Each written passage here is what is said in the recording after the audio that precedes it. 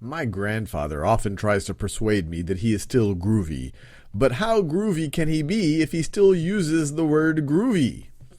I actually like the way that that's written because they're saying, yeah, look, my grandfather often tries to persuade me that he is still groovy.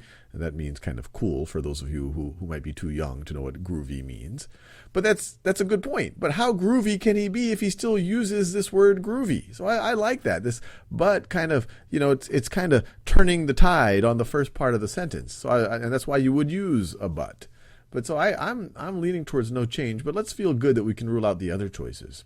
My grandfather often tries to persuade me that he is still groovy because how groovy can he be if he still uses the word groovy? Well, because implies that the grandfather does this thing because of this thing. So because of how groovy can he be, that's the reason why he tries to persuade him or his granddaughter or his grandson that he's still groovy.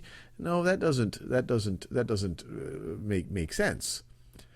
My grandfather often tries to persuade me that he is still groovy, meaning how groovy can he be if he still uses the word groovy? No, that also doesn't make sense because meaning would mean that there's some type of clarifying that is going on of the first part of the clause. And that's not what's going on here. You actually have kind of a opposition to the first clause. It's kind of contradicting it a little bit. It's like, well, how groovy can he be if he still uses the word groovy? And that's why but is a really good thing there.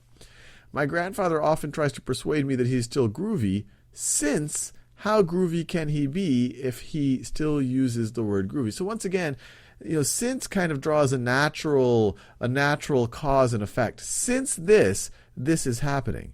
But it isn't since how groovy he can be. How groovy can he be if he still uses the word groovy? That's not somehow causing him to persuade his grandchild that he's still groovy. So this also doesn't feel right at all. I really like this. These two clauses are kind of in opposition. They kind of contradict they don't contradict, but this second clause opposes the first one in kind of a fun way. It turns the tide back on it by using the word groovy in itself. So it's actually just a fun sentence. So let me actually fill in the answer. Don't want to forget filling in your answer.